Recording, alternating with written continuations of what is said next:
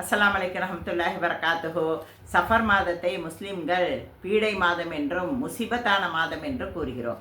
அந்த மாதத்தில் ஒரு நல்ல விசேஷம் வைக்கிறதில்லை, ஒரு நிக்கா வைப்பதில்லை. நமது நபிகள் நாயம் ஸல்லல்லாஹு அலைஹி வஸல்லம் அவர்கள் முதலாக கதிஜா அம்மையாரை நிக்கா முடித்தது சஃபர் மாதத்தில் தான். நமது ஃபாத்திமுத்து ஜஹ்ரா அவர்களுடைய நிக்கா அலி ரஜியல்லாஹு அன்ஹாவுடன் நிக்கா நடந்ததும் சஃபர் மாதத்தில் தான். ஏன் அந்த மாதத்தில் முஸ்லீம்கள் நிக்கா வைக்கிறதில்லை? அப்படி நிக்கா வச்சுட்டா அந்த தம்பதிகளுக்கு குழந்தைகள் பிறக்காது என்ற நம்பிக்கை. நமது நாயகம் ஸல்லல்லாஹு அலைஹி வஸல்லம் அவர்களுக்கு உம்மு குல்சும், ஜைனப், ருக்கையா, அப்துல்லா எத்தனை பிள்ளைகளும் இந்த சஃபர் மாதத்தில் தான் பிறந்தார்கள். நமது ஃபாத்திமுத்து ஜஹ்ரா அம்மையாருக்கும் ஹசன் ஹுசைன் குழந்தைகளாக பிறந்ததும் இந்த சஃபர் மாதத்தில் தான். நாம் மூட நம்பிக்கையில் அல்லாஹ்வுடைய படைப்பினங்களின் மீதும் அல்லாஹ்வுடைய காலத்தின் மீதும் நாம் குறை கூறி கொண்டிருக்கிறோம். அவ்வாறு நாம் அந்த காலத்தின் மீது நாம் குறை கூறினால், இந்த நேரத்தில் செய்வதால், இந்த நாளில் செய்வதால் நமக்கு இப்படி நடந்துவிட்டது அப்படின்ட்டு நாம் கூறினால், அந்த காலத்தை பற்றி நாம் ஏசினால், அந்த காலத்தை படைத்தவனே அல்லாஹ் தான். அப்படி என்றால் நாம் அல்லாஹ்வை ஏசுவது போலாகாதா? சூர நிசாவில் 51வது வசனத்தில் அல்லாஹு தாலா, நீங்கள் கல்வி அறிவு பெற்ற பிற்பாடியும் நீங்கள் அல்லாஹ்வின் மீது நம்பிக்கை கொள்ளாமல் அல்லாஹ்வுடைய படைப்பினங்கள் மீது நம்பிக்கை கொன்று அப்படியே செய்திருந்தால் நல்லா இருக்கும், இப்படி செய்திருந்தால் நல்லா இருக்கும் என்று நீங்கள் நம்பிக்கை கொள்கிறீர்கள். மற்ற பறவைகள் மீது, விலங்குகள் மீது எல்லாம் நீங்கள் நம்பிக்கை கொள்கிறீர்கள் அப்படின்ட்டு அல்லாஹு தாலா ஜிப்து அப்படின்று கூறுகிறான். அந்த வசனத்தில் ஜிப்து என்ற வார்த்தை வருகிறது. ஜிப்து என்றால் அந்த காலத்தில் கல்லை எரிஞ்சு பார்க்கறது. இப்போல்லாம் டைஸ் போடுறோமில்ல, நாணயம் வச்சு சுண்டி போகிறது, தலை விழுந்தா இது, பூ விழுந்தா அது அப்படின்னு சொல்லிட்டு நம்ம பார்க்குறோமில்ல. இஸ்ரேல் காலத்துலலாம் கல் எரிஞ்சு பார்த்து அதுக்கு லாயக்கா செய்கிறது. இப்போ கிளி ஜோசியம் பார்க்கறது, இது ஜாது இது பண்ணுறது, இந்த கயிறு ஜாது பண்ணுறது, அப்புறமா ஜோசியம் பார்க்கறது, கிளி ஜோசியம் அந்த மாதிரி எல்லாம் பார்க்கறது, அதெல்லாம் நாம் இதற்கு இஸ்லாத்திற்கு முரண்பாடான விஷயமாகும். அல்லாஹு தாலா அதனால்தான் சூர நிசாவில் தெளிவாக கூறுகிறான், நாம் மற்ற இதன் மீது நம்பிக்கை கொண்டால் அல்லாஹ் தாலாவுடைய லானத், அதாவது அல்லாஹ்வுடைய சாபம் முஸ்லிம்கள் மீது ஏற்படும். அவ்வாறு சாபம் பெற்றவர்களுக்கு அல்லாஹ்வுடைய ரஹ்மத்து அவனிடமிருந்து நமக்கு விலகிவிடும் என்று அல்லாஹு தாலா கூறுகிறான். நாம் அப்படி இல்லை. நான் பறவைகள் மீது 2 அண்டங்காக்கா பார்த்தோன்னா நல்லது அப்படின்னு நான் ஸ்கூலில் படிக்கும்போதே சொல்லுவாங்க. 2 அண்டங்காக்கா என் ஃப்ரெண்ட்ஸ் எல்லாம் சொல்லுவாங்க, 2 அண்டங்காக்கா பார்த்தா நமக்கு மகிழ்ச்சியான செய்தி வருண்டி அப்படின்னு சொல்லுவாங்க.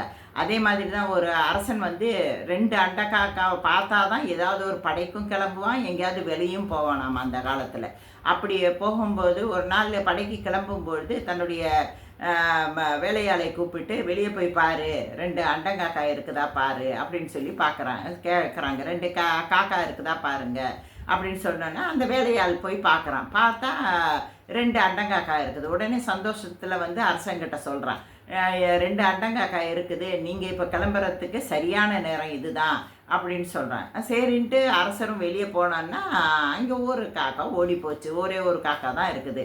அதை பார்த்த உடனே அரசன் ரொம்ப கோபமாக போயிடுறான். ரொம்ப கோபம் போய் அந்த வேலையாளை கூப்பிட்டு ரொம்ப திட்டி அவனை கைது பண்ணுங்க, சிறையில் அடையுங்க அப்படின்னு சொல்லிடுறான். அப்போ அந்த வேலையாள் சொல்கின்றான், அரசரே, நான் பார்க்கும் பொழுது 2 காகம் இருந்தது, நீங்கள் பார்க்கும்போது 1 தான் இருந்தது. நீங்கள் 1 பார்த்தவர்கள் இப்போ நீங்கள் நல்லபடியாக இருக்கிறீங்க, நான் 2 பார்த்தவன் சிறையில் அடைக்கப்பட்டேன் அப்படின்னு சொல்கிறாங்க. அது மாதிரி அந்த காலத்தில் பறவையை பார்த்தா, ஆந்தையை பார்த்தா, ஏன் இப்போ கூட கருப்பு பூனை நடுவில் போயிட்டா அவ்வளோதான், காரியமே வீணாக போயிடும் அப்படின்னு சொல்லிடுவாங்க.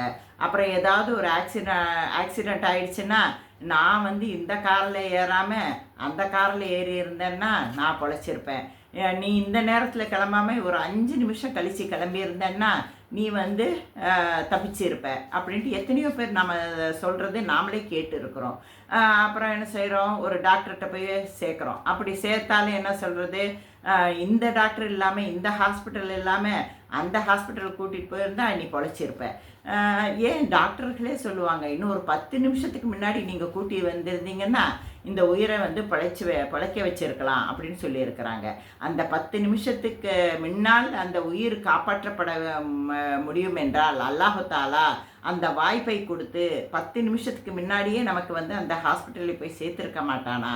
உயிரை கொடுப்பவனும் உயிரை எடுப்பவனும் அல்லாஹு தாலாவின் கையில் இருக்கும் பொழுது நாம் மற்றதை பற்றி நாம் வந்து அதில் வந்து நம்பிக்கை கொள்கிறோம். அதுவும் இந்த மாதத்தில் வந்து ரொம்ப அந்த ஒடுக்கத்த புதன் 13 சஃபர் 13 அந்த நாள்லெல்லாம் பார்த்தா முட்டையை கொடுக்கறது, எண்ணெயை கொடுக்கறது, அப்புறம் வந்து 311 தடவை சூரா முஸம்மில் படித்தா ஆண்களுக்கு ஆயுள் அதிகமாகும் அப்படிங்கிற ஒரு நம்பிக்கை. இப்படி எத்தனையோ இதெல்லாம் என்னன்னா நம்மளை வந்து ஷிர்க் பக்கம் அழைத்து செல்வதற்கான ஷைத்தானுடைய கதவை நாமே திறந்து விடுற மாதிரி தான். அதனால் வந்து நாம் வந்து அல்லாஹ்வின் மீது முழுமையாக பொறுப்பு சாட்டிவிட்டால் நாம் வந்து அந்த பொறுப்பு வந்து அல்லாஹ் தாலாவிடம் இருக்கும். அந்த பொறுப்பை சாட்டிவிட்டால் நாம் வந்து நிம்மதியாக இருக்க வேண்டும். மற்றதில் பீற்றே இருக்காது. மற்றவங்களை பார்த்துட்டு என்ன செய்கிறோம், அவனுக்கு நடந்துச்சா அதனால தான் நடந்தேன், நான் இன்னைக்கு பூர்வி ஃபாத்திஹா பண்ணலையா அதனால தான் என்னுடைய கணவருக்கு வந்து இந்த மாதிரி அடிபட்டுச்சு அப்படின்னு எத்தனையோ பேர் சொல்கிறத நம்ம கேட்குறோம். எதனால் நடக்கிறது, ஒரு காலத்தையும் ஒரு மனிதர்களையும் ஒரு பறவைகளையும் ஒரு விலங்குகளையும் வைத்து நாம் முடிவு செய்தால் அப்புறம் லாபமும் நஷ்டமும் யாருடைய கையில் இருக்குது? அல்லாஹ்வுடைய கையில் தானே இருக்குது. அதை யோசித்து பார்க்க வேண்டும். இந்த மாதத்தில் தான் மொஹரம் மாதத்தில் ஆரம்பித்து இந்த சஃபர் மாதத்தில் தான் ஹைபர்ங்கிற போர்லேயே வெற்றி பெற்றார்கள் இஸ்லாமியர்கள். இஸ்லாமியர்களுக்கு அல்லாஹு தாலா கொடுத்த கல்வி ஞானம் புத்தகத்தின் குரானின் வழியாக நமக்கு கிடைத்துள்ளது. அதை நாம் அறிந்தவர்கள், அறியாதவர்களுக்கு நாம் அறிந்தவர்கள் நாம் வந்து அதை படித்து பார்த்து சொல்லணும்.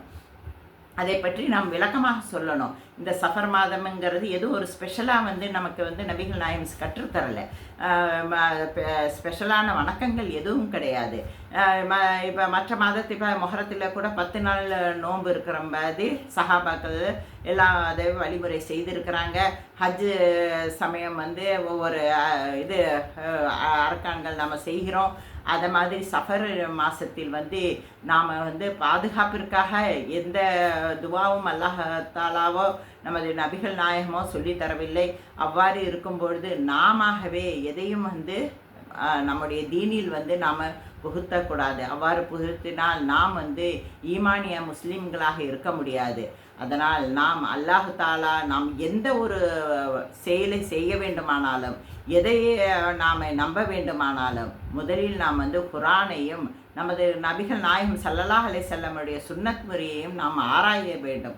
அவ்வாறு ஆராய்வதற்கு தான் அல்லாஹு தாலா நமக்கு அறிவுத்திறனை கொடுத்திருக்கிறான். அதை ஆராய்ந்து பார்த்து அது சரியாக இருந்தால் அதை நடத்த வேண்டும். இல்லாவிட்டால் அதன் பக்கம் நாம் சென்றால் அல்லாஹ் தாலாவுடைய சாபம் நம்ம மீது இறங்கினால் நம்முடைய துவா எப்படி கபூலாகும்? நாம் எத்தனை துவா கேட்குறோமே, எப்படி கபூலாகாம போகிறது அப்படின்ட்டு நம்ம எப்போவாவது யோசித்து பார்க்கிறோமா? நமக்கு ஏதாவது ஒரு துன்பம் வந்தால் உண்மையான மோமின் முஸ்லீம்கள் என்ன செய்வாங்கன்னா, நான் என்ன தப்பு செஞ்சுருப்பேன்ட்டு முதல்ல நினைப்பாங்க. நினச்சி சரி நான் ஏதாவது தப்பு செய்திருந்தால், அல்லாவுக்கு மாற்றமாக செய்திருந்தால் உடனே நான் வந்து தௌபா செய்து நாம் வந்து பாவ மன்னிப்பு கேட்டு செய்வாங்க.